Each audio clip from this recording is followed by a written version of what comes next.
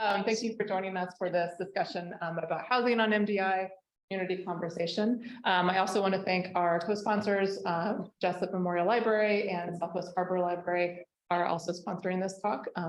This is dealing with housing all over MDI, definitely a conversation for multiple communities all over the island.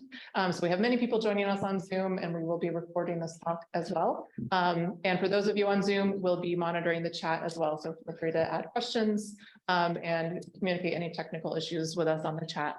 So I'm really happy to convene this panel, and we have an excellent slate of panelists for all of you to hear from, people who are really working on housing issues on MDI and have been working on this for a long time. And one of the reasons too that I wanted to bring this group together is because I think libraries are really community hubs, and we have a really important role to play in starting these conversations about important issues in our community. And I see housing, I think all of us do, we're all here for because we know housing is important to all of our communities on MDI, to building resilience and making sure that people can live here, work here, and the businesses can be supported. And also as an employer myself who overseas hiring, it is difficult to hire right now and to support staff who are looking for housing. So thank you all for being here, and I look forward to a really robust discussion. So I will just quickly introduce our panelists and then turn it over to our moderator. So we have Susanne, Paul, and Noel Musson here from the Musson Group. They're consultants and planners. I'm happy to have them here. And then we have Marla O'Byrne, who's the Executive Director of Island Housing Trust. Kathy Miller is the Executive Director of Mount Desert 365. And then Jill Goldthwait is our moderator. She's a current Bar Harbor Town Council member and a former state senator. So welcome to all of them. Thank you.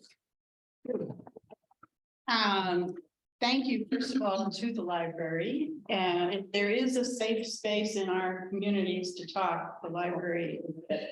And so rather than do it in a more controversial area, this is the place to be for a candid conversation.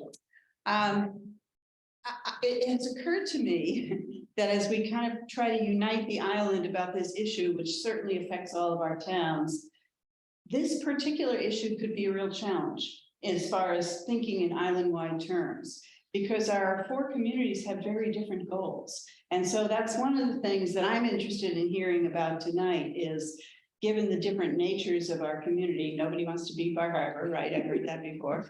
How do we do overall island-wide planning if our communities have very different intentions about housing?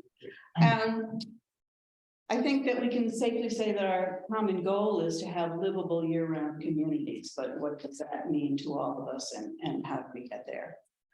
There are no ground rules because I hate them. I will just say be kind, be gentle, be succinct, and we'll be okay. So we're going to have a couple of different sections to this, starting with needs and barriers, where the panel will give some context to the issue itself. Then we'll talk some about what's happening around the island.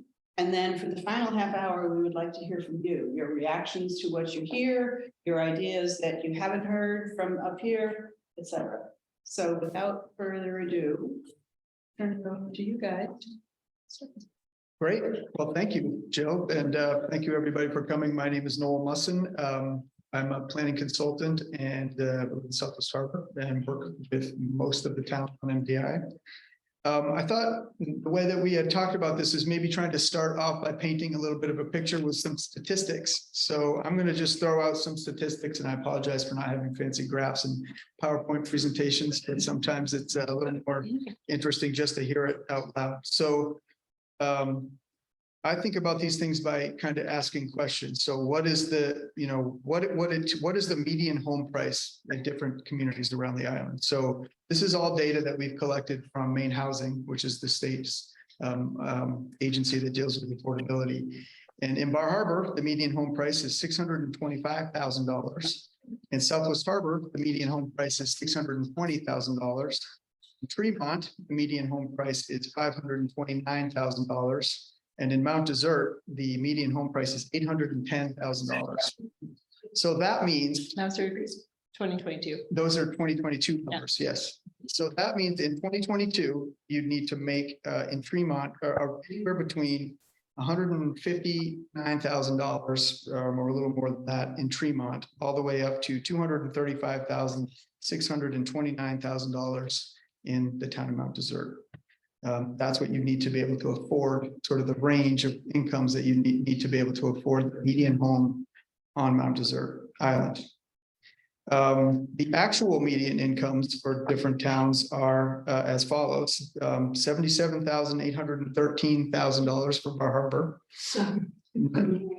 It's $77,800 for Bar Harbor, $92,756 for Mount Desert, $64,344 for Southwest Harbor, and $68,643 for Tremont. So you can see the discrepancy between the 159,000 to the highest median income right now is 92,000 on Desert. So there's a big discrepancy between what the median income is and what the actual median income is needed to purchase a house here. In 2022, there were only 3 houses that were sold at a price that was affordable to the median income. And over 90% of the homes that were sold between 2017 and 2022 were not affordable to the median income. So the total homes that were sold in that range was something like 933, and that translates to about 800. So out of the 933 houses, 844 of them were not affordable. And so the way that I think about these things sometimes is that really just sort of paints a picture of the situation that we're dealing with as it relates to affordability. But I think we can also feel the impact of the housing crisis in a lot of different ways, some of which are anecdotal, but a lot of which we could try to find data for, like how the hours of your favorite restaurant not being what they used to be, or the towns looking to hire emergency service providers and having to create other things, and that changes your tax rate and things like that. Struggles to find employees if you're an employer, or delays in construction projects if you're trying to do something, even as simple as trying to find somebody to help you fix your deck. So all of these things are related to the housing system that we have on MDI and our economies and the sustainability of our communities. And that's part of why it's such a big deal. So also anybody can feel free to jump into if I'm missing anything, but in late March, we all participated in and we facilitated a housing solutions summit is what we called it, where we had over 70 leaders in and around the island come. These are people that are actively working on or engaged in trying to figure out what to do about this housing issue. And what we came up with was a bunch of different things, some of which we'll talk about throughout this meeting.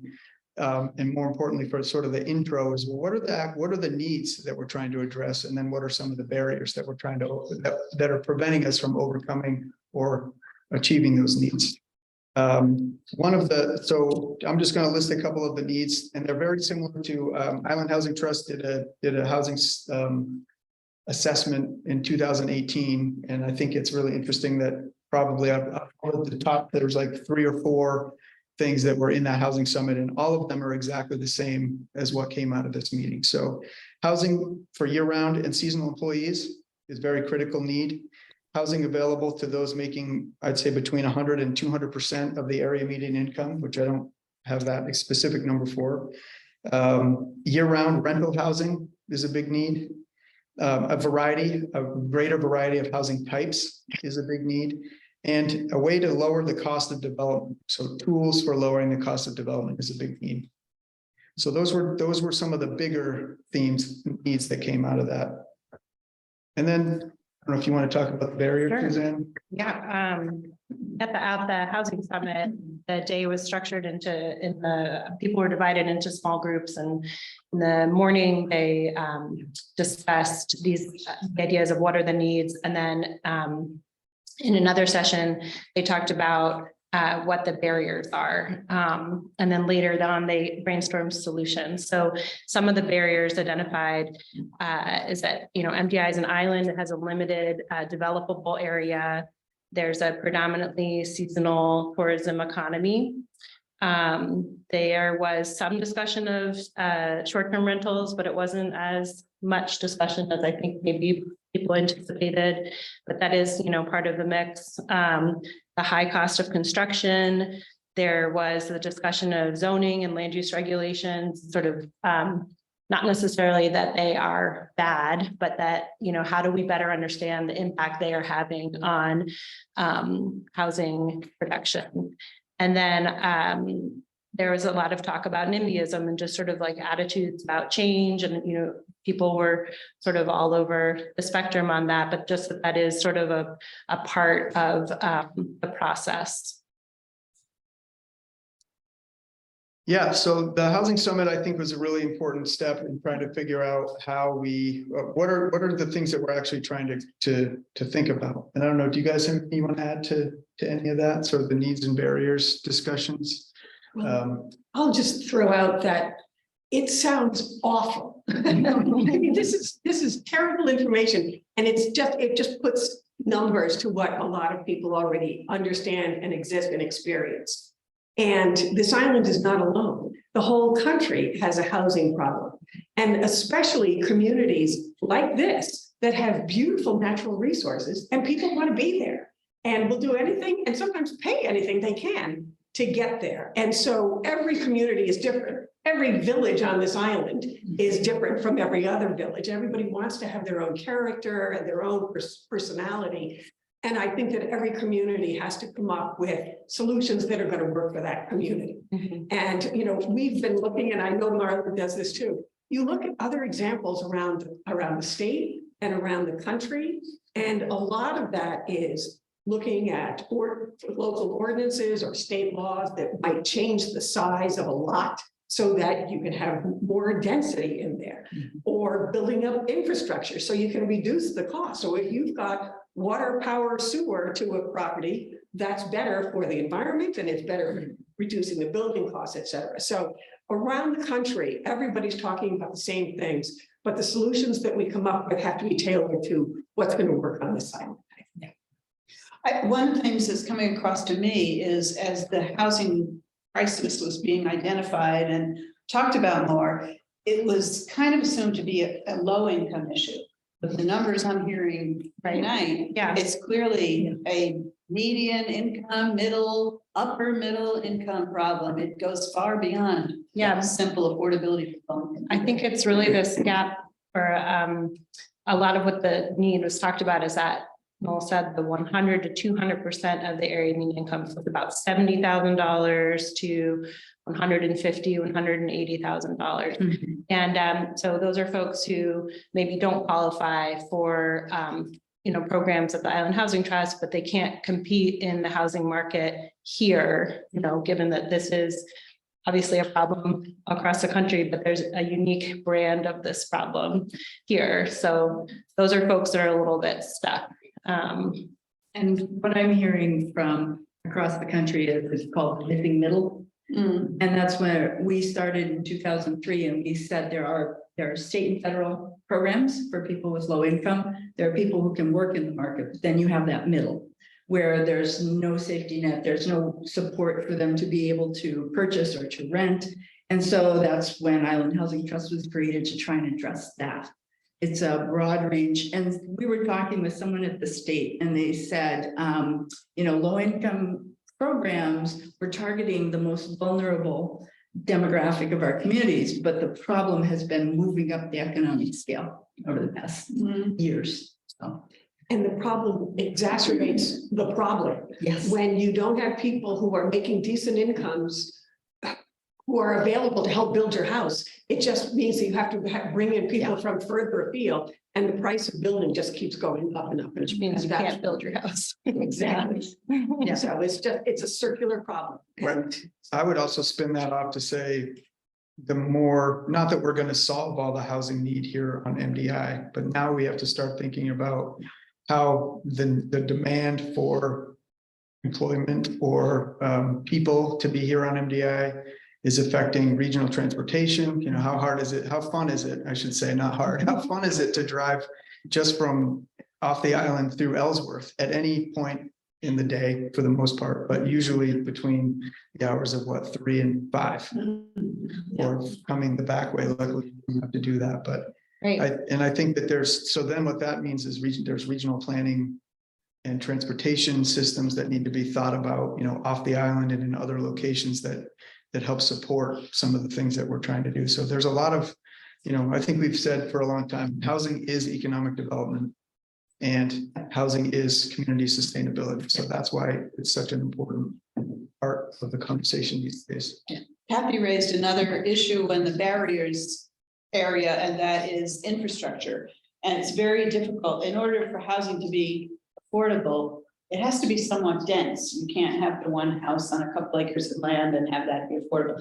But the infrastructure, I think in most, if not all of our towns, is really focused on a pretty small area of our village center, or in Bar Harbor's case, the downtown. We don't have public sewer and water that runs out all over our community. And so wherever that stops, the building opportunity for affordable housing stops. So how about that one? I mean, I know there are funding sources for actually getting a house built, acquiring land, but is there support for that issue of public sewer, water infrastructure?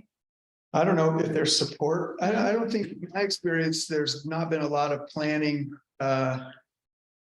municipal planning. Maybe Bar Harbor's doing it with comp plan update, but even in a lot of towns that we do comp plan updates for, they're not thinking about, hey, we really should extend the sewer system out here, or we should extend the water system out here, because it's a more of a burden on the financial burden. It's enormous. The So- cost of doing that is enormous. And that's why a lot of towns are like, we know we need that, but Right. how can we possibly Right. afford that? And it's not just extending it then, is it? You have to have the services that filter the Right. sewer, Yeah. and you have to have the water Yeah. resources. And a lot of times you need Yeah. development at a certain scale, Yeah, to really make Yeah. that cost effective, which is not the reality.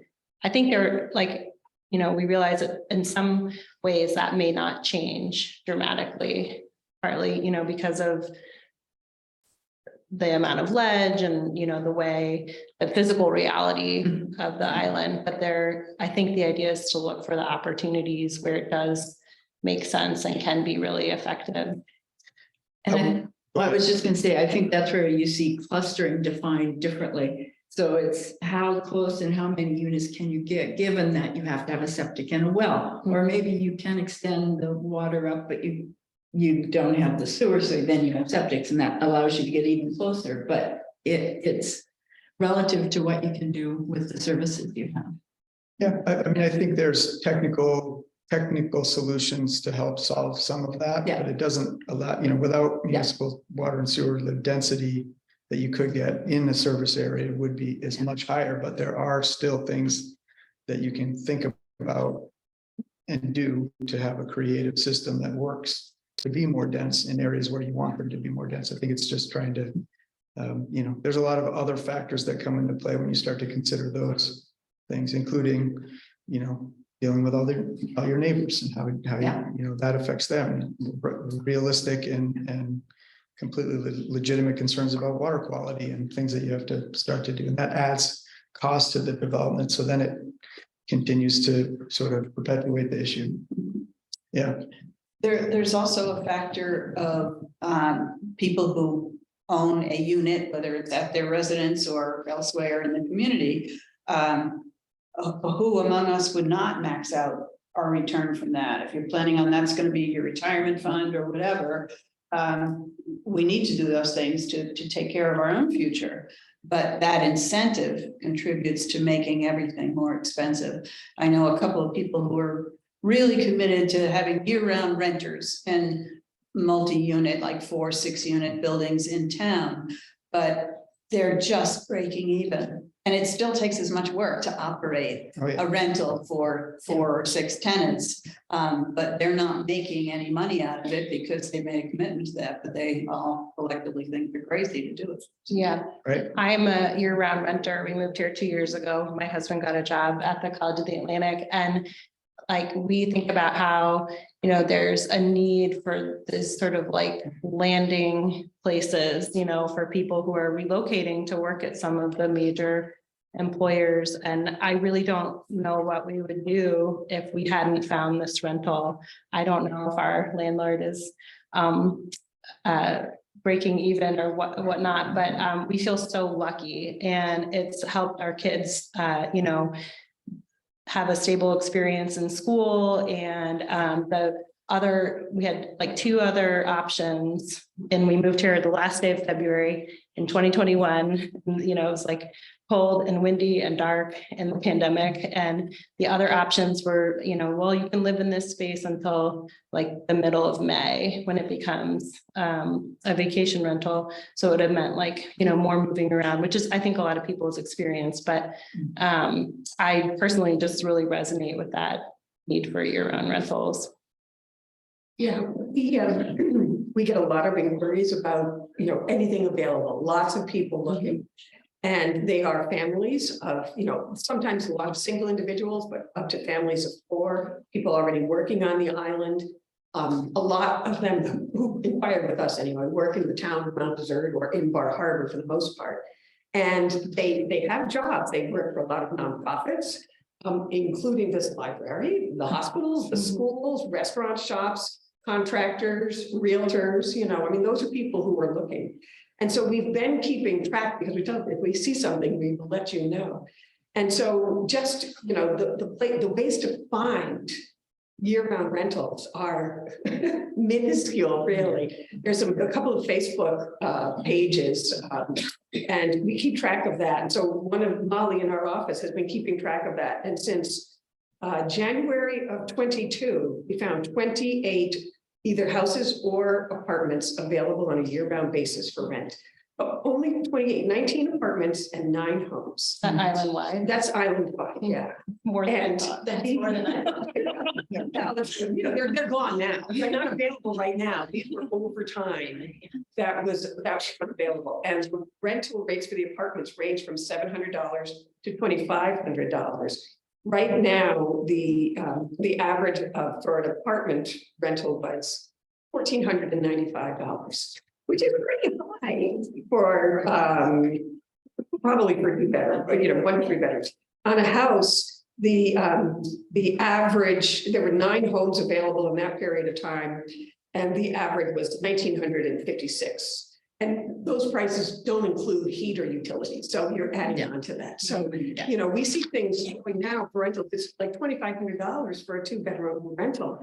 And that's just not affordable. Again, besides the house prices, the rentals are not affordable either. So it's tough shape. A new phenomenon for us is I've been getting calls from employers looking to buy any of our units that they can rent to their employees or sell to their employees. Another business called and said they've been renting a house to sublet to their employees, and now it's being sold and they want to buy it, but it's too expensive. And could we help them purchase the house? And so we have business owners out there trying to find ways to keep the employees they have.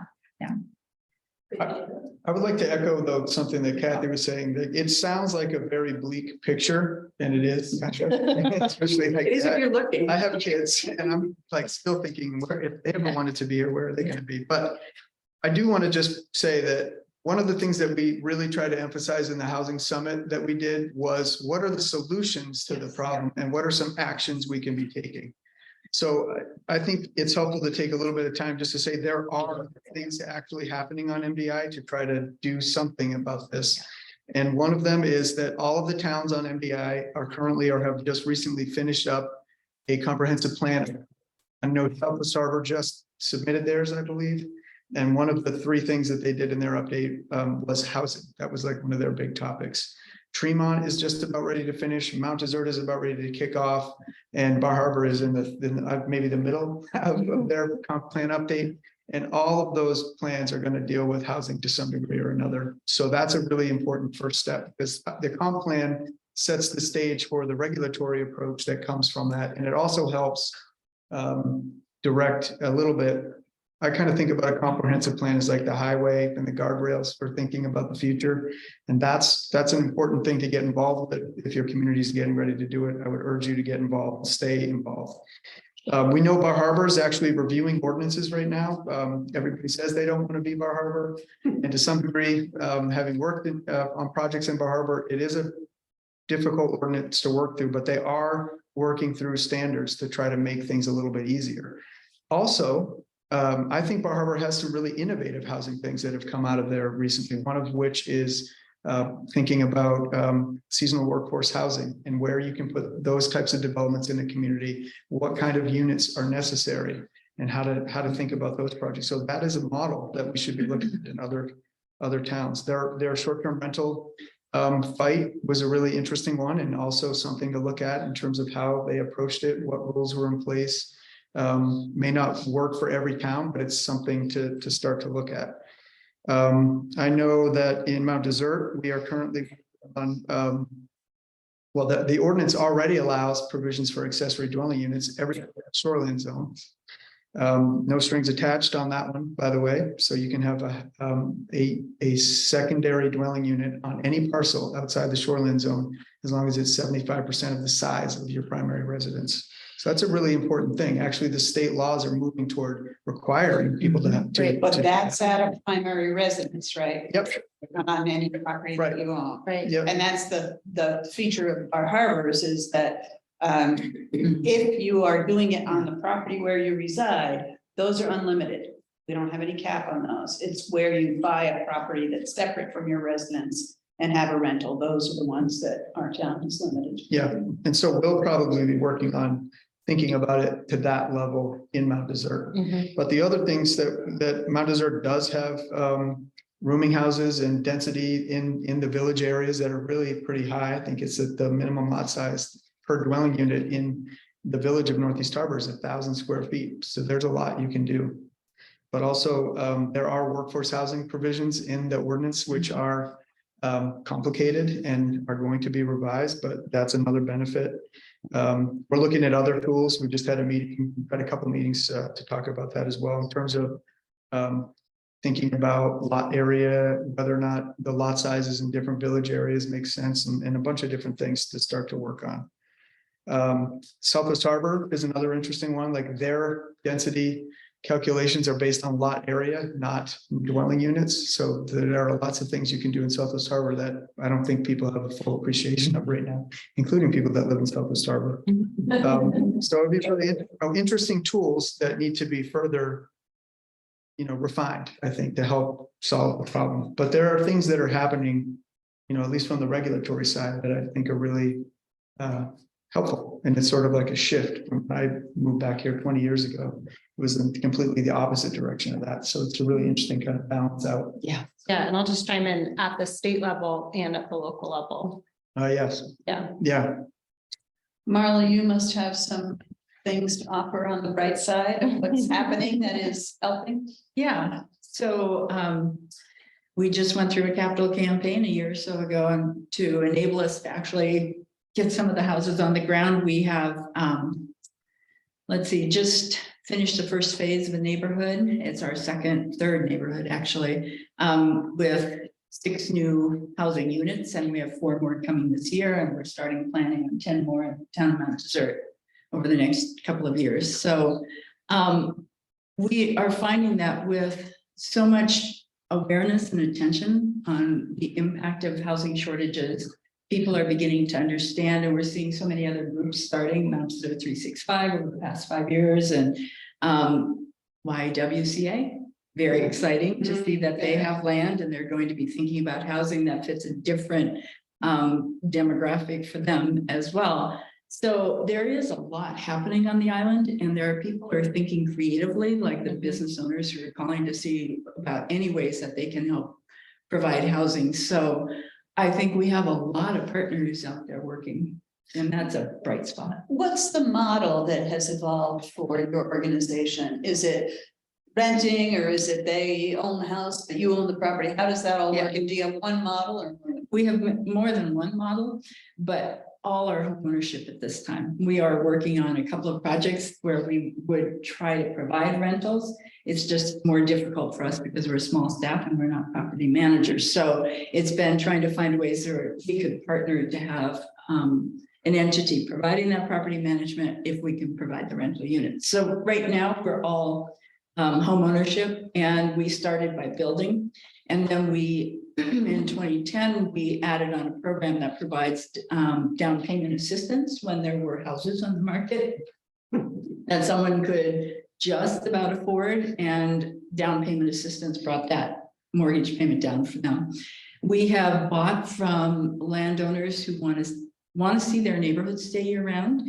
And so they're willing to sell the whole market. And Island Housing Trust, or Mount Desert 365, have been able to then bring that price even farther down to within our affordability cap and sell it to eligible home buyers.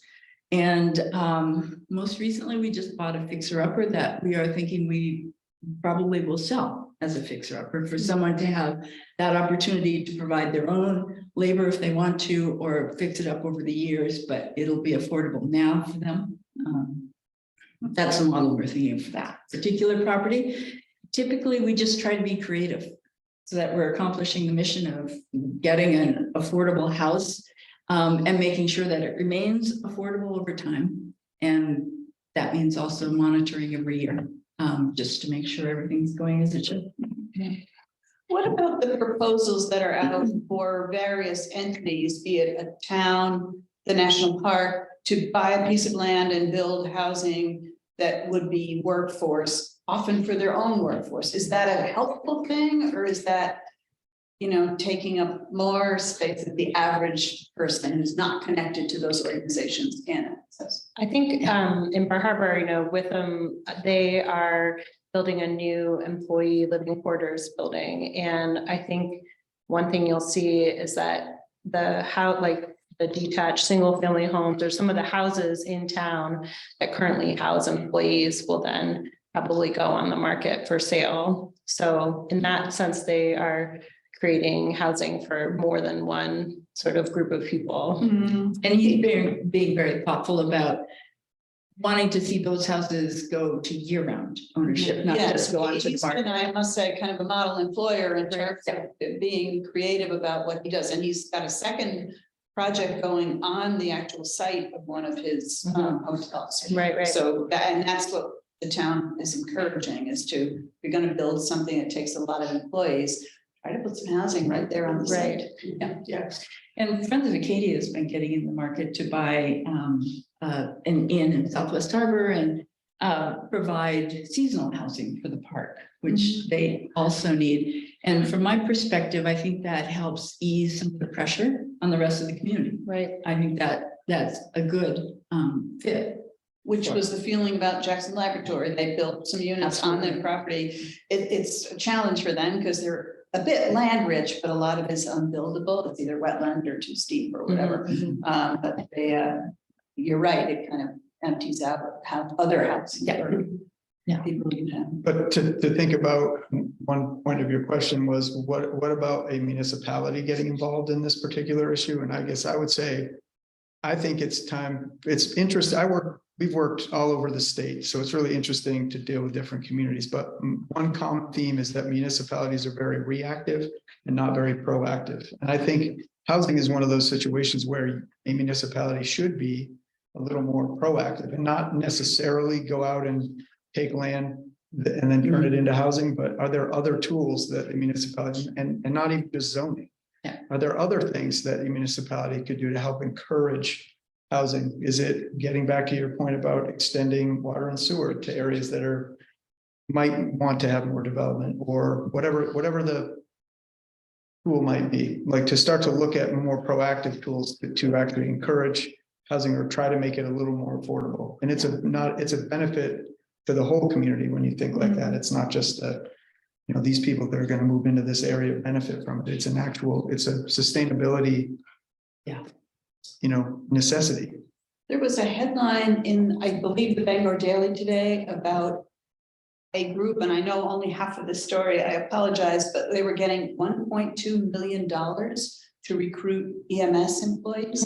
That is Volunteers. a lot of money. And I'm thinking, if you put the $1.2 million into extending the sewer line, but I'm not sure how to even think about that. It just struck me as a colossal amount of money to recruit employees when they're gonna have the same problem of where do I live? Right. And the western towns, the ski towns out in the Rockies are, I think they're being very creative about municipalities providing tools for their communities. That some have housing trusts that raise money that then help create those projects.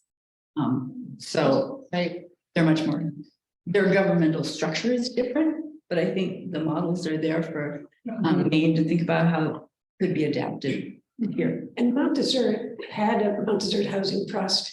I think they created one home and sold it to a year-round family, but also the land that the first Somersville neighborhood of Island Housing Trust was also town property. Yes, it was. That was given to Yeah. Island Housing Trust. And the town acquired it from a benefactor who said this should be used for housing. Yes, And so it was that's right. ideal situation. And the but town- got involved in it and yeah. Yep, and Island Housing Trust received a house through donation on a property. Someone bought land, they didn't want the little house. They offered it to us and we said yes in our naivete. Like, now where do we put it? And the town of Mount Desert donated 2 acres. And the house was moved. It was within 2 miles, which made it something that was manageable. Can you still see the video online? Yeah, The movie? I think so, yeah. Yeah, following it in February. Yeah. Couldn't have been June. Yep. Yeah, so the towns actually, you're right, they're doing a lot. Then they Yeah. can, And and they and can. the town has And enough have the land, but it's, ability. again, it's not necessarily buildable, it's Yeah. steep, pure ledge, it's Mhm. just not. Or it's for conservation or Yeah. resource, yeah. Exactly. I feel like a common thing about what we're saying though is like the creativity and that there's so many different, ways that you have to come at this. There's not just one or two Yeah. key solutions. And I would also add, the wheels of municipal government are not fast. My other analogy in other communities is, don't forget, how long does it take just to get a road project approved? It's more, it's like you have to find the money to design it, and then you have to design it, and you have to find more money. Then you can go out to bid, and then maybe you have to go back to the design. Anything that involves the land use ordinance has to be voted on by the community. You have to give so many days of notice, so many days prior to hearing, so many days prior to. It ends up really taking about a year for anything Right. that has to go through that. Yeah. And that's such an interesting thing about housing as a product, like something that you consume, right? Like, oftentimes you say like your community doesn't get to vote on you buy a car, or if that there's a lot of public process going into Yeah. developing housing. And even a simple free lot subdivision in any community is a 6-month review process at best. So that's 6 months. Not to mention the time it takes to get there. Right, first thing, you have to plan for it, and then you have to go through the review process. And a lot of it is statutory advertising requirements, and you can't just go back-to-back planning board meetings, and often you can't go to one planning board meeting and have them approve it all at the same time. So subdivisions is just, it's a long process. And we're having more of a problem maintaining a quorum on our town boards and committees. And so you have a planning board meeting to look at a permit and there's not a quorum, you can talk about it, but you can't act on it. So that's becoming another challenge with seemingly fewer people anxious to serve on town boards and committees. Or how long can a board sit in session to go over all the little projects that they have to review? So should we be looking at taking things that shouldn't really necessitate a planning board review and making them more efficient? So that you can free up the planning board's time to do projects that require planning board time. Often you can only sit in a meeting for so long, but then it's not productive. And speaking of that, let's turn to the audience and say, what are you thinking about housing that you haven't heard yet tonight? I have a question. You're talking about creative things that are being done in other places.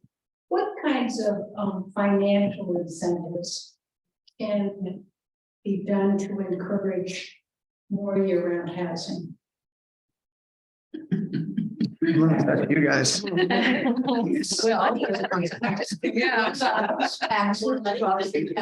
Yeah.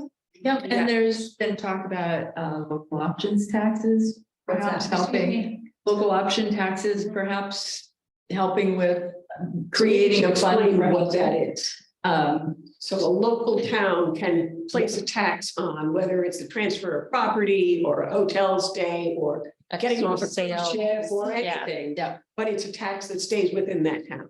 And right now, the main state legislature does not allow that. Yeah.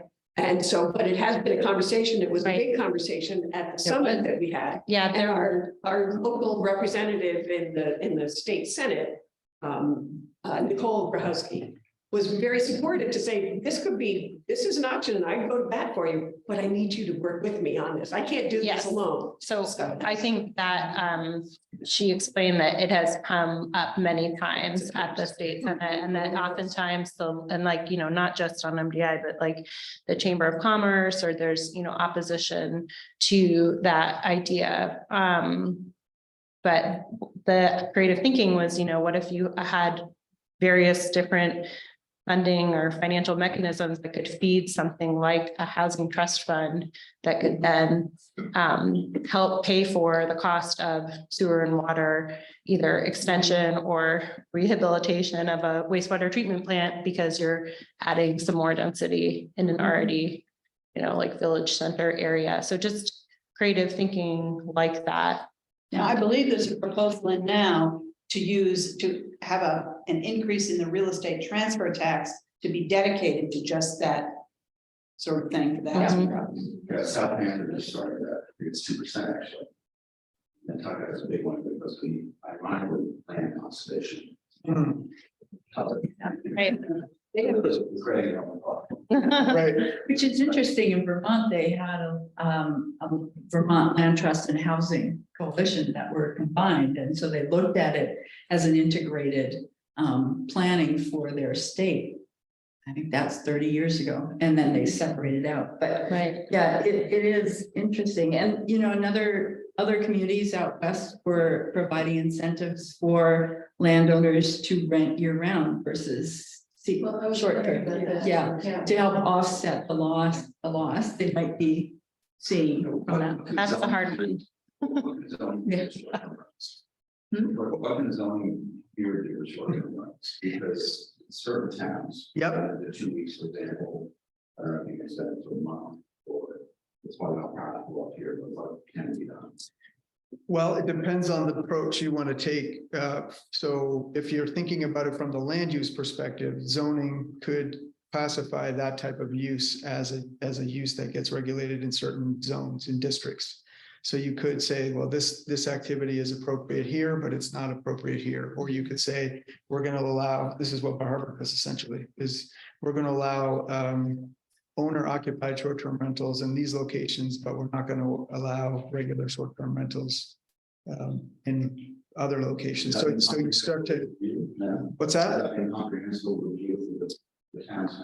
Well, so in Mount Desert, we're taking a pause and just trying to figure out how do we think about short-term rentals. So, and then I think in order to sort of really get to the issue, you might have to start to understand what is it an issue, and that's. So in Mount Desert and Tremont is working on it right now, that's what the principal purpose of more recent short-term rental licensing or processes is really just to first seek to understand, like, what is the issue that we're dealing with? Is it an issue in this community? How many are there? How many are there? Yep. And so in Bar Harbor, and I'm not the expert in Bar Harbor, but as I understand it, there was a goal that we don't want to have more than, I think it was 9% of our housing stock dedicated to this use.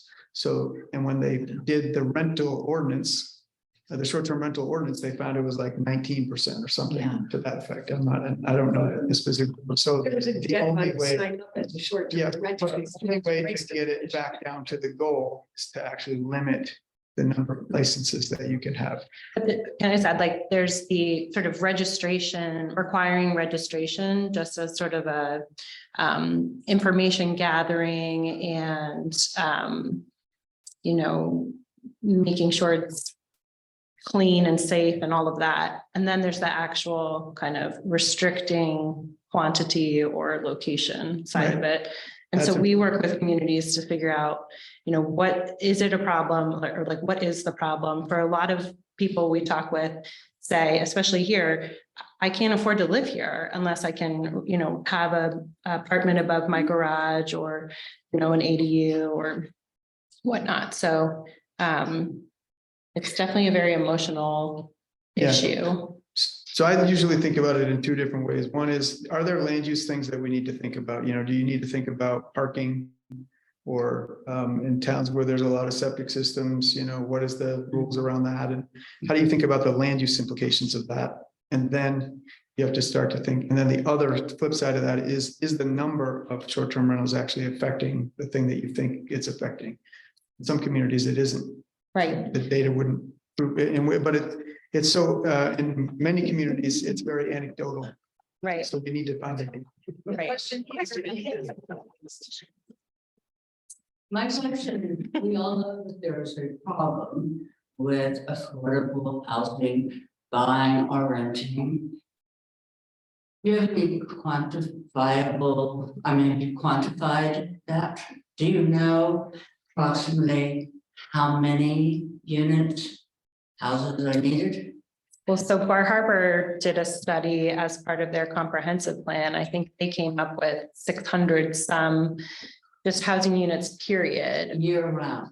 I think so, yeah, are needed. Interestingly, I think if you calculate what 20% of the housing stock is in Bar Harbor, it comes out to that number or close to it. So it's interesting that, Yeah. you know, the implication there is that, yes, short-term rentals do play a role, but the reality is this is an extraordinarily beautiful vacation destination. We're always going to have, you know, short-term rentals. But that is for Bar Harbor. There has not been an island-wide needs assessment, to my knowledge, in recent. Well, in 2018, it's a difficult question. What the 2018 housing assessment said was 200 units, 100 ownership, 100 rentals are what the market could absorb. So it isn't what it needed, but what they felt it could absorb from, Right. at that point, the demand island-wide. And you just think about that 200 versus the 600. Right. You know. And I'll just add that at the Housing Solutions Summit, that was one of the, a solution that a lot of groups talked about is sort of doing another needs assessment to really start to understand Yeah. island-wide, you know, what the need is. Thank you. I so much admire what the Island Housing Trust is doing and what you're doing as well. It's always struck me that as valuable as the subsidized housing is, when you can channel the free market and the non-subsidized and allow people to build without subsidies, without excess involvement, a free market house that still matches the affordability. And to that end, I want to ask you, Noel, how closely is there a communication between all of the towns doing their comprehensive plans and, you know, your group, other organizations that are learning what is needed to change the zoning, possibly change some of the tax regulations, really so that a developer could come in or an individual, build a number of units without a whole lot of review sessions, and know that it can be done, and it can be done the maximum affordability. I'll give you a small example. I'd love to be involved in building seasonal housing. I think it could be built inexpensively without excessive amount of heat. So if you could build dormitory style, Yep. I have no idea. My suspicion is that's not going to be very welcome in most of these towns. Well, How closely are you specifically, but other groups as well, Yeah. working with these towns, who are not, by the way, usually prone to wanting all the strangers in their town? so there's a lot to that. Yes. But I'm going to take, the first thing that sort of jumped out at me was that Bar Harbor actually does have rules that would allow you to do exactly what you just talked about.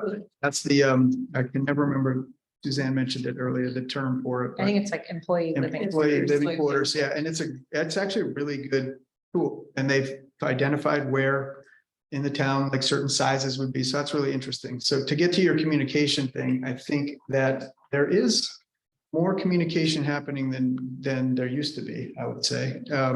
And the Housing Summit, I think, was a good start to helping kickstart or keep going and maybe more thorough discussion around communities. And one of the outcomes of that meeting was we need more intra-island communication and coordination to try to figure out how we address this, not just because we understand things that happen in one community have trickle over effect in other communities, but because we can all be part of the solution. So we're involved in the Housing Summit.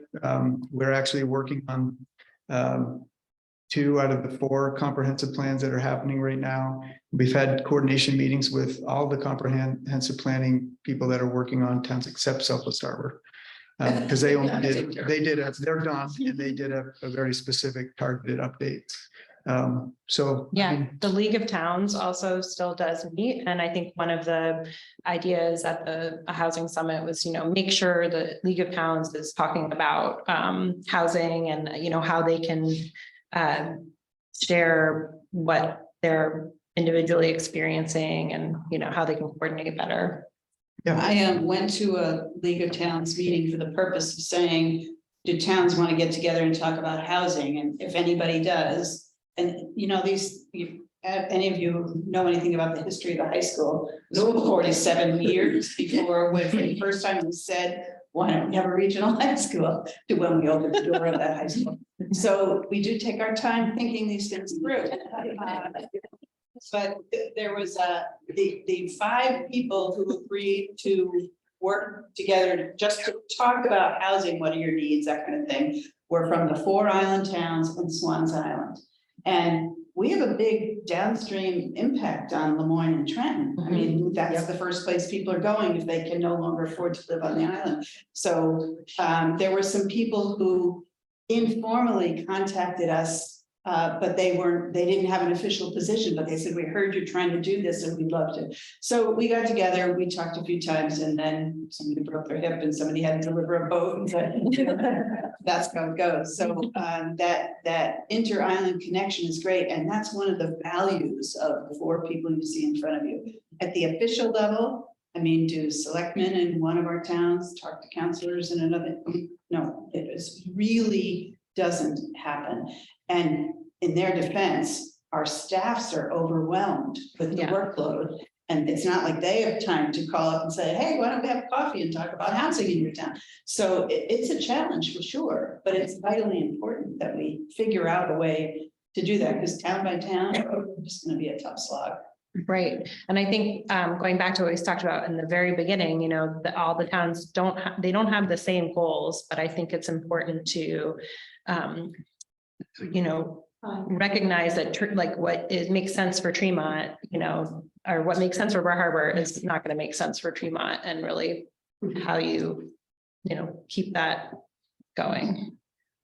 On that subject, are there things that you think would be a non-starter in your community? I mean, I think there was a recent proposal in this community that did not go over terribly well. Are there things that you think are just should be off the table because ain't gonna happen where you live?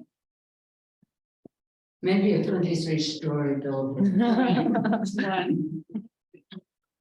Yes. I think, you briefly mentioned about short-term rental. And when we talk about year-long rental and housing shortage, we really have to think about short-term rental that could possibly bring to the damage to the question for the problems of year-long rental. Because I live on Millboard Road. Next to me, across the street from me are all short-term rentals. And the owner next to me had explained and said he couldn't afford paying tax if he doesn't do that. Now, if you can't afford paying the tax in this town, why did you buy it from begin with? You have to anticipate when you buy a house, what's your expenses yearly, even if you only live here for 3-4 months as a summer resident. And I've been in this town for 40-some years as a summer resident. I budgeted. So that's not an excuse. And instead of renting as a year-round to help the workers in this community, he chose to do Airbnb. So every day, if he gets 400, 500, 600 income.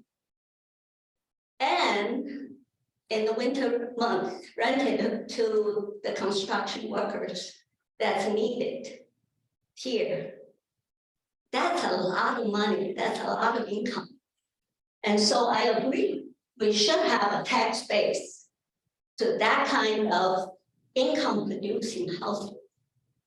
And I don't mind people making money. I love to make money as well. I worked all my life making money so I can support my 3 children. And my house is here, and my house in Florida. I enjoy doing that.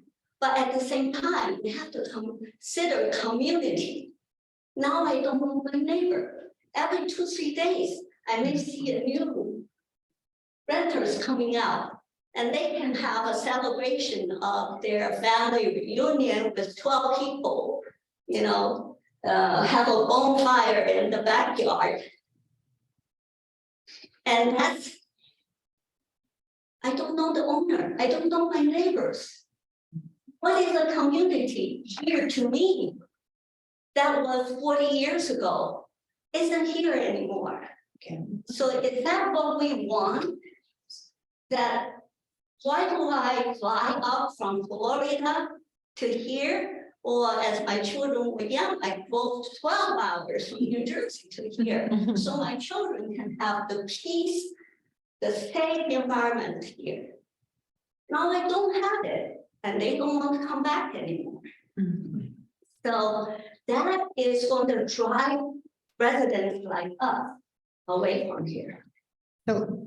So that's my concern. And I wish if we have a zoning regulation and rule saying this is the residential area and they are doing business, we have to tax them like a commercial, like a business. That actually was one of the ideas that also came up at the housing study, was having tiered property taxes. So if your unit is year-round, there's a property tax based on that. If it's short-term rental, there's a different property tax. That's as far as my knowledge goes on these Just things. like.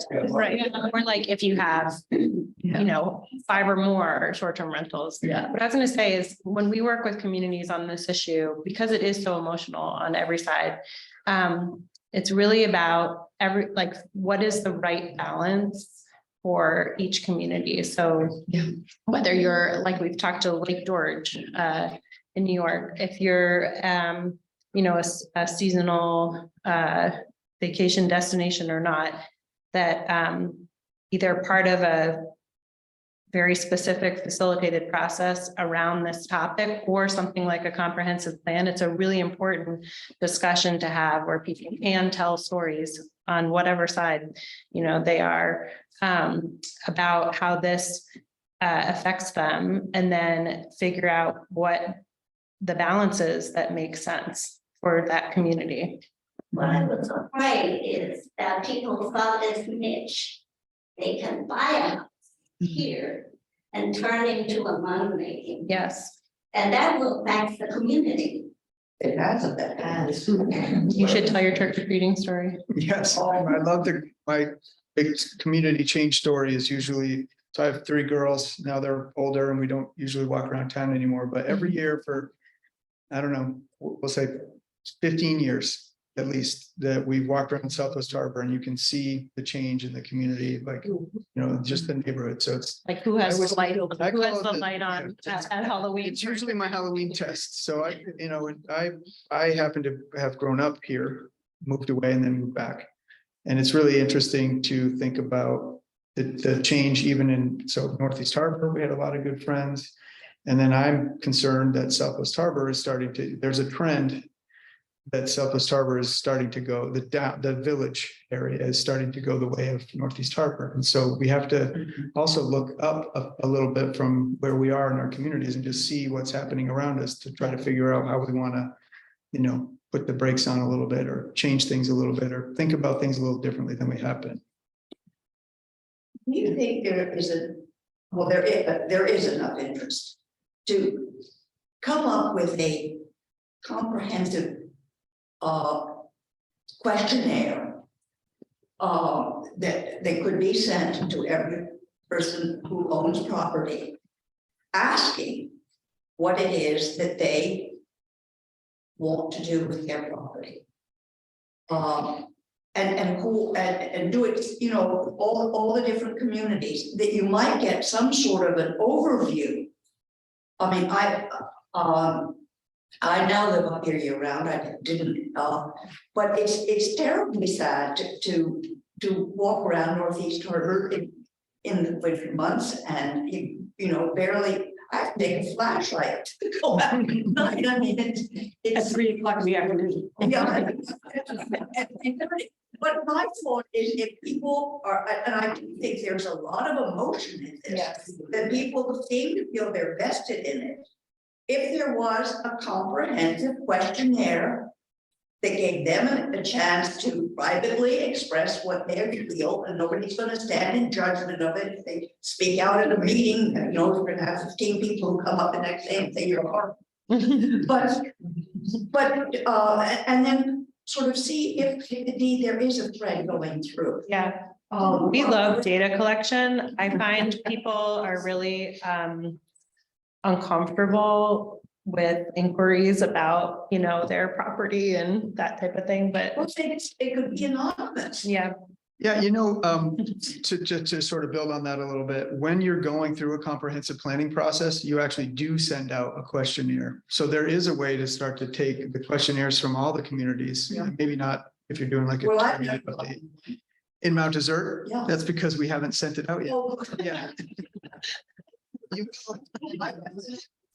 Yeah, and we haven't developed all the questions yet, but I think that's, you know, it would be kind of interesting to collectively take all those surveys and just sort of see, you know, what the thread is here. And again, I think, you know, I also get back to Jill's comment about the high school taking so long, but you know, my basketball team lost to your basketball team in the tournament, you know, back, you know, 75 years ago. So we can't talk about things collectively, but you know, there's some common thinking, and to get to Jill's question earlier in the meeting, which is, you know, how do we think about a housing issue when MDI is a housing system? The system is related. We all drive cars now, so we don't have to be isolated to our little village that we used to have to be isolated to when they were all formed. But how do we also maintain that individual identity that is so important to you living here in Northeast Harbor, or me growing up in the yard, or living in Southwest Harbor, or whatever? But think about it on a bigger picture. And there are ways to do that. You don't, and the things that Bar Harbor addresses as part of our island community are not going to be the same thing. They fulfill a different need than the town of Tremont does, or the town of Southwest Harbor. or lights on. Well, that, and they have different things going on. And then the larger problem, and this gets back to something that was said at a public meeting back in 2018 when we were doing the housing assessment, was it's really so much of this is a matter of money. Mhm. And the statistics that I mentioned earlier in this meeting is the indicator that it's financially almost, I don't want to say impossible, but like the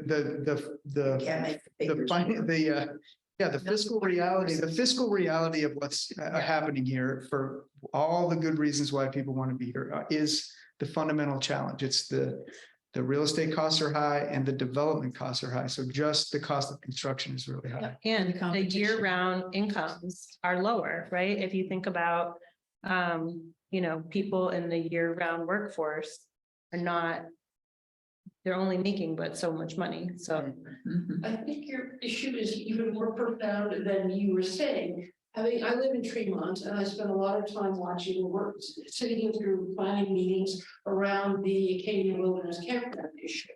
And I realized that this process does not bring out the angels of people's better nature. Are there? Yeah. I mean, everybody's through the lens of their own financial best interests. And maybe not as venal as that, but it was not an inspiring experience for me. Yeah. But you're also working with an enormous amount of resistance and That insularity, it's just, it's economic well-being, around everybody in part of the process. I want to get to two people. You had a I'm thought sorry. earlier. We sent out a postcard to year-round housing folks to be completed. I got several of them, so and I don't know, and I know they all went in the garbage, they weren't filled out, so, but You mean at your house? I think yeah. I know, it's like the one more thing in your day. Right, So- but what was that postcard all about?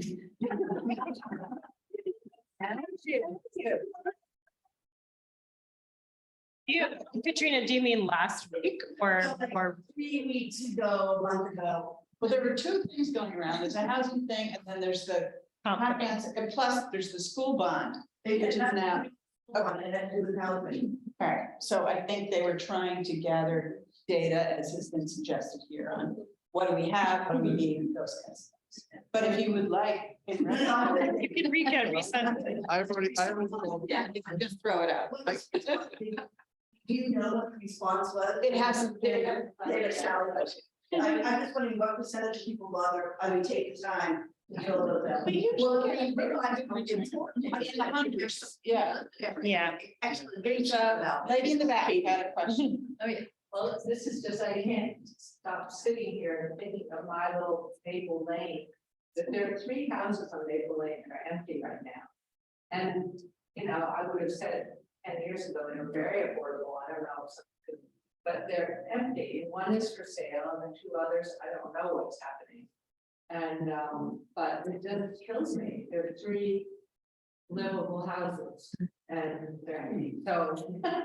That's my comment. Yeah. Where I saw a community that was trying to buy vacant houses. Mhm. They would actually approach the Well, owners. they're owned by, I don't know what else, you know, someone owns them and they're making their, you know, decision.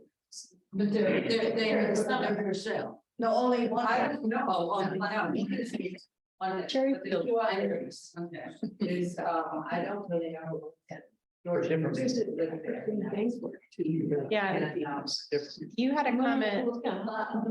Bought by out of state investor. Well, that's what I Turning mean. into Airbnb. And that's what maybe they're hoping for, is to get big clients. And that's why you need to sort out. The other issue is because, as Noel said, these things take forever to run through the system. Mhm. While you're doing that, people are grabbing permits because they know that there could be a limitation coming up. Right. So, it's tempting to think of a moratorium while you sort it out. Because now in Bar Harbor, we're working our way down to the cap that we set. And that's gonna take a while. Mhm. In the meantime, we have this growing waiting list of people who would love a permit, but now can't get one. So we'll get there eventually, but that challenge of how do you get to an endpoint with some control before every property like that, the 3 mysterious empty houses are Right by the gone and school, and they're not big, I mean, it's perfect for. I know, but that's $500,000. Suzanne, what is your name? Mary. Mary Lee. So you had a comment just a minute or two ago, just about like, if only people knew more. And oh, good. one of the additional, a lot of great solution ideas came out of this Housing Solution Summit. And we've been digesting, I think over 75 people came, and, we have, I don't know, 50 or 60 pages of flip note charts, but we sort of took all the ideas and distilled them into kind of 3 areas for next steps and potential projects. So one of them had to do with island-wide communication and collaboration, and a lot of ideas under there that we've talked about tonight. Another one had to do with funding mechanisms and financial mechanisms that we've talked about, but another was about education and communication, because one of the most profound things that happened at the Solution Summit is just all the storytelling, right? And mostly it was business owners and leaders of various institutions, but just the idea that there needs to be more education and communication around the issue. So what does it even mean when we talk about affordable versus workforce versus seasonal and so on? How do we do a better job telling the great stories about the solutions that are underway, right? And what else? Getting various groups together. So having more forums like this or something, you know, even larger. People said, like, let's have a happy hour where we all get together, you know, and talk about this idea and just what are you seeing on your block, you know, and experiencing. So things like that, to do more storytelling around the issue. And then, like, even though comprehensive plans are can be very tedious, getting the word out that that is happening in your community. And it's a great way to be more involved in how, you know, policy statements are written. And to fill out the cards. Yes, fill out the postcards. It was priority of you guys when you did the MDI Biolab Day, which was a huge organizational feat.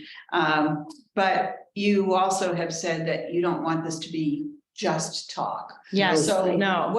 what can people in this room tonight or watching on Zoom? I'm thinking of things like if the lady on Maple Street identified those 3 empty houses.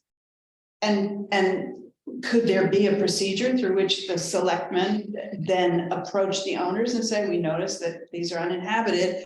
What are your future plans? Can we talk? And if there was some way to develop incentives for property on, like maybe that's one. So action items that people here can. So we'll be sending out a report pretty soon about that event and some of the ideas that came out of it and, you know, what some of these project ideas are.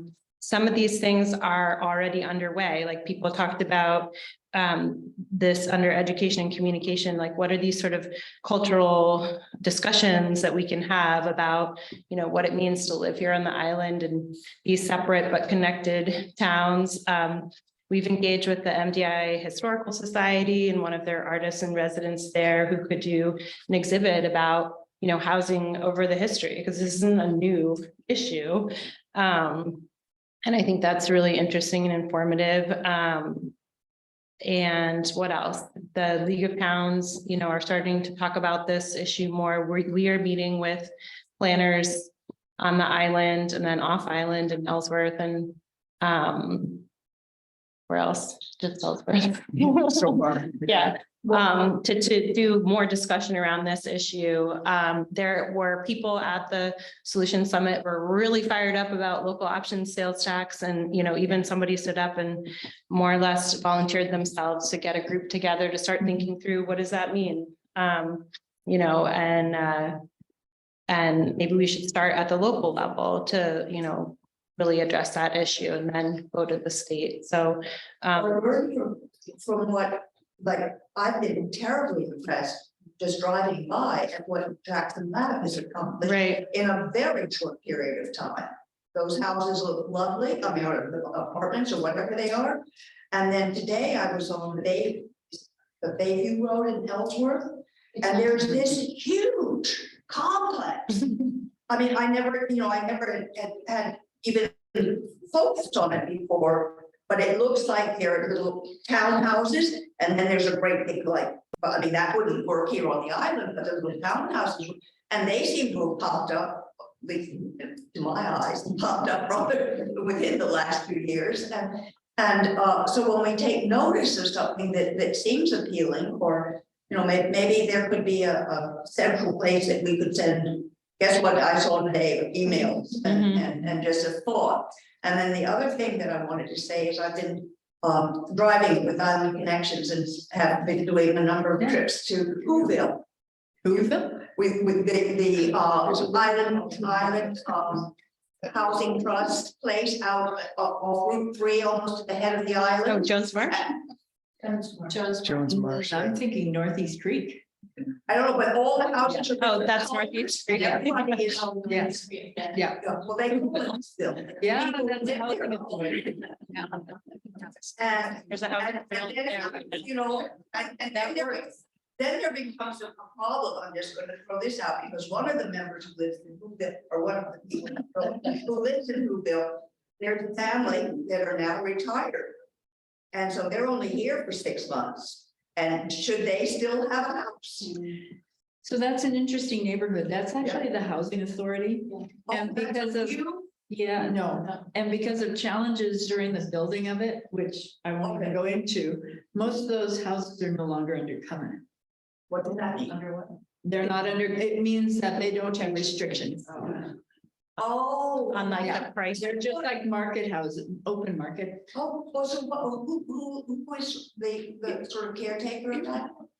They have There's a an housing HOA. association. Yeah, they have an HOA. Yeah. What's an A homeowners association, so they pay a due on top But of their. kind of Housing authority. Can I tell a little bit of background? Yeah. I think is important. So not just for that in general, but like way back when some of these projects got started, they were just starting to develop this whole idea of how do you make houses affordable for people, but then they didn't, those affordability rules didn't actually think far in advance to keep them affordable. So there are projects on MDI which were built as workforce housing projects, which are now which were great at the time, but which are now not protected under affordability. Like your deed says, you have to maintain affordability. Those projects weren't part of that. So over time, organizations like Island Housing Trust and others have started to develop more sophisticated deed restrictions that maintain affordability, but also allow people to buy and build equity, just not as much equity as you would if you didn't have those affordability. So you're getting a break at the beginning, but you're also taking a hit later at the end of it. But I would say one of the things that I think is really interesting is we've had some conversations and some public meetings where people who have bought into places like that are saying, hey, you know what, works great for us. Yeah. We're buying into a community. We're not necessarily buying into an investment. And I think that's a really important story, that these affordability covenants are not just investments for people. You're investing in a community, not a thing. And so it doesn't. People in that community to tell you just that. I have heard that. You know, So- they really are a nice Yeah. community. But the point I was. Solar panels. Yeah, and the point I was trying to make is that, we're affordability issues like that, you're learning over time how to make them better. And that's what's happening now. There was a model that wasn't brought up too, and this, I read a book about this, it was on Martha's Vineyard, whether it still exists, I don't know, but there was a community and they had individual units that were bedrooms, little galley kitchen, kind of sitting room, and then one central building. The intention was for everybody to go there to make their meals, eat together, share meals, etc. And that was ongoing for a number of years, but I don't know if that. Like a co-housing model. Yeah. Yeah, to that. Belfast. What was that? Martha's Vineyard Island Housing Trust. Oh, there you go. Like to me, Jill, With that. Speaking of community, Amy, have we got any questions from the chat?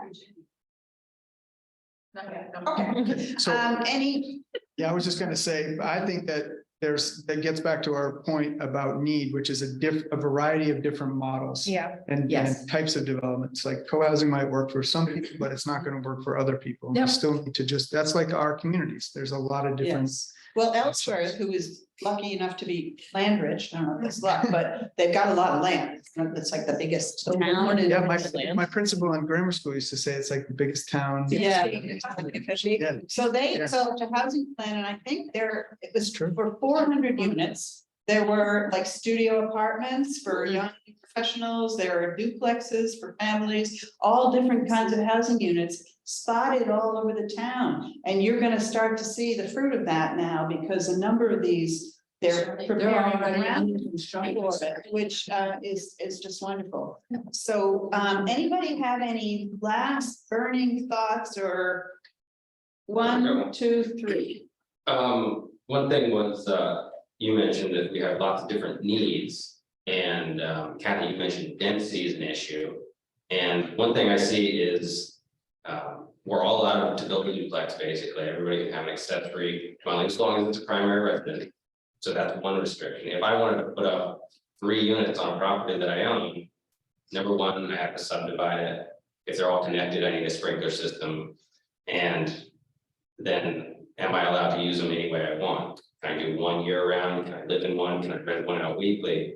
Seems like the more flexible we are with our model, the more adaptable it is and the more practical it is for people to buy in. I built 2 apartments in a giant building. And I'm like, well, can I do more? No, you cannot. You need 2 more acres to put in that 3rd unit and a sprinkler system. So it's never going to be worth it for me to provide more housing on a year-round basis. So Rules need to change. maybe the rules need to change, but I talked to all my neighbors and they're all like, well, why don't you have more? They don't know. Right. Nobody's informed that we have these restrictions. So it's kind You of should join the rules subcommittee. right. About the survey, we're suggesting we should send a survey out. Maybe we should send out information Yes. to beforehand. Trying to get more engagement. Right, and I want to go knock on doors, just be like, read this Right. right now while I'm standing. So one of the ideas that came at the summit is like to do a sort of comprehensive analysis of zoning in the 4 towns and like what it does and does not allow, and like to have a code specific workshop and looking at, what does this actually allow you to produce or non-produce? Yeah. As a developer, like, I don't want to get involved in something if the rug's gonna be pulled out. Sure, you just won't. If you Yeah. could take the ordinance and do a build out, here's what's possible in the community based on our current. rules. Right, Mhm. yeah. Yeah, I would even be more specific than that to say, we've done village plans, which I think you participated in. If Yeah. had some good comments just like this. So what about this village has a certain thing. Are there things specifically there that we need to really think about to facilitate something like that? Is the footprint of a building the thing that should be of the concern, not just the number of dwelling units in that footprint kind of thing? So those are all questions we need to address. And that's why I continue to get back to there's so many things and it takes forever to try to do that. Lady over in the back. I have a request and comment. My request would be that I know that it's always going to be a moving target. However, we're supposed to co-create our communities. On the other hand, I keep looking for what is a balanced, vibrant village, town, island, county, state look like. And I can't seem to get anybody to point me in a direction. So if you could point me in a direction, I'm happy to do the research, but, and I'm sure it's not one answer. Right. But we know, for example, it's really helpful and necessary in some communities to have a place to get your food. Right, but we don't talk about that when we talk about housing, but if we take out the supermarket and leave everybody driving for 20 miles, that's not going to work either. Mhm. So I just wonder, somebody's got to have some inkling of a model or percentage of income differences and components that make up a healthy area. Well, yeah, I think every place is so different, and so like the context, matters so much. There are places where you can infinitely spread out or build up, and that makes a difference. But We should maybe look at some of the towns that have had success. yeah, I read an article, I can't remember whether it was Bucksport or Belfast, but one or the other of those have had a successful revitalization of the downtown. it's definitely Belfast. What would they do that we could copy? Bucksport made major changes after the paper. Yeah. After Verso went out, they really stepped in. Eastern Maine Development Corporation got involved and they started what kinds of new jobs can people have since they're not working at the mill anymore? They're changing a lot of things, and there is somebody, the town actually bought up some properties. Yeah. There was an article in Maine Biz just today about this. There were like 4 Main Street properties in downtown Bucksport that were taken down because there was a fire and it spread, et cetera. Now the town has sold those properties for $1 to somebody who's going to be developing mixed commercial residential use. There was a lady here who's waiting in line, yes. Sorry, continue and then you. My other, it probably already went to you all, but just in case not. I recently found out in Maui, Hawaii, if you're a non-resident, meaning less than 6 months, on the island where their house, the 360 car housing is bad, they don't have a fridge. So if you are a non-resident, if you want to have a rental income, you have to, rent at least 6 months. You can't do less. And I think it might be a solution after there are many iterations that they're gonna stay with. I think there's a town in Cape Cod that says if you're gonna have an ADU, it can only be for year-round rental. Right. Yeah, what's an ADU? That's an Accessory dwelling unit. That'd be like a garage apartment or a whole house in the Second building on backyard. your lot. Yeah. All right, now the lady over there. And then Maple Street. What is it talk about zoning? Southwest Harbor has multi-use zoning. Yep. And there's commercial, residential divide, and I've never really, seen that in operation in any other location. Usually there's, it's cluster zoning where you have residential and you have commercial. What does it take to have that reevaluated in the town? So for right now, in Southwest Harbor, you can buy an old home, tear it down, cut down all the trees all around it, and build 6 or 7 small short-term housing units right in the town. Mhm. Right in the town, because it's so mixed there between, commercial and residential. That's no longer residential, that's a commercial. He's taking a residential home, it was a historical home, it was, nobody was able to get it protected for the historical value of it. It's been destroyed, all the trees cut, and there's now going to be smaller cluster commercial for rent, not for long-term housing. Mhm. How can what can you do in that situation? What are the tools to reach the selectmen to say this is not good, long-term thinking for the benefit of the town? Yep. So, the process that you would go through is to get involved and go to the Board of Selectmen or participate in a planning board meeting, go to the planning board and say, when you as a community are evaluating your land use ordinance, we need to start to make a change. Is this consistent with the comprehensive plan? Is this consistent with the town's values? And you have to work through that lengthy process, but you have to stay involved in that process. Southwest Harbor actually went kind of in the opposite direction of what you're talking about, which is they used to have at least three zones, and now they only have 2. So you have the A zone, which is pretty much the downtown area, and the B zone, which is basically the rest of the town, and then there's Acadia National Park. So, And Harbor has like 29 Yeah. zones. So- Yeah. and it's kind of a catch-22. So you have to start to think about, what they're doing in Southwest Harbor is basically their density is based on lot coverage and not, specifically dwelling units or lot area, which is a little different than other communities. And then the zoning would start to have more performance standards, because once you have a mixture of uses, and your allowed uses is very broad, then you start to really want to think about, performance standards, so that you have like my garage next to my house, there's some buffering and things that you need to start to think about. So you don't end up in a situation where you're clearing up to the lot line with trees and you're maintaining certain buffers. And stuff. So Sadly, that to answer your question, what can we do? It is a huge undertaking, and it's very easy to feel like I'm not gonna live through all of this. I can't go to that many meetings. It's very difficult.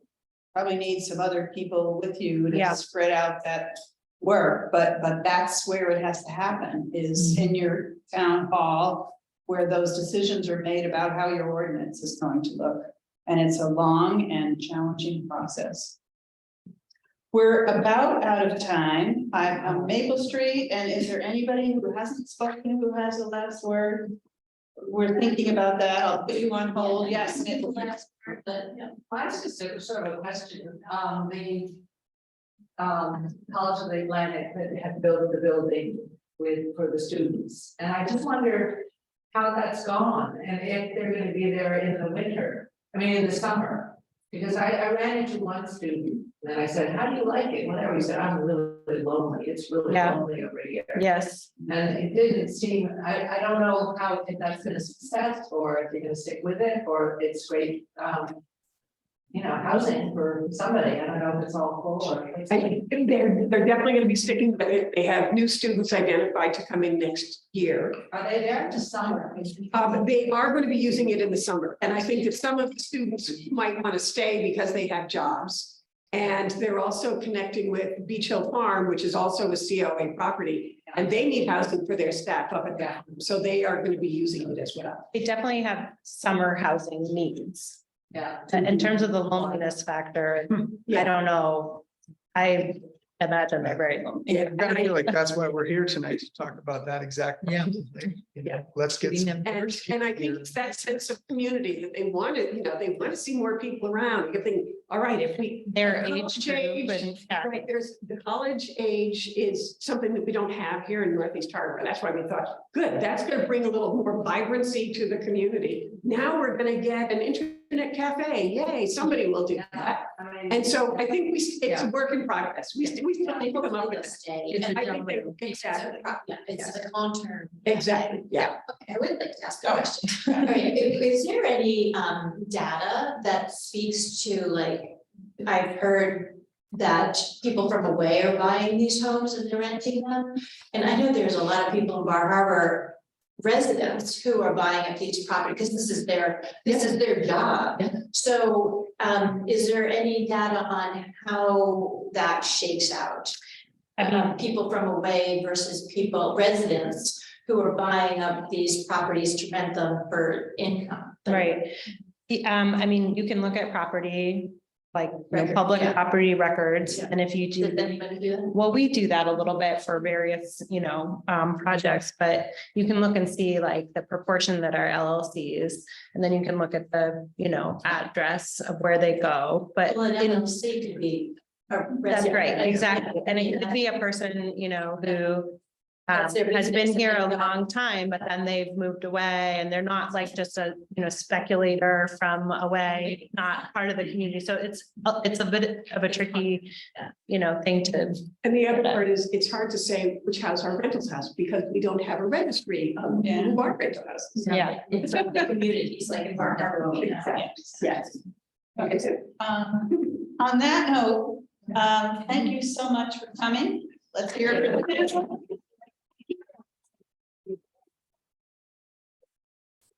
Please get involved in all the things. Yeah.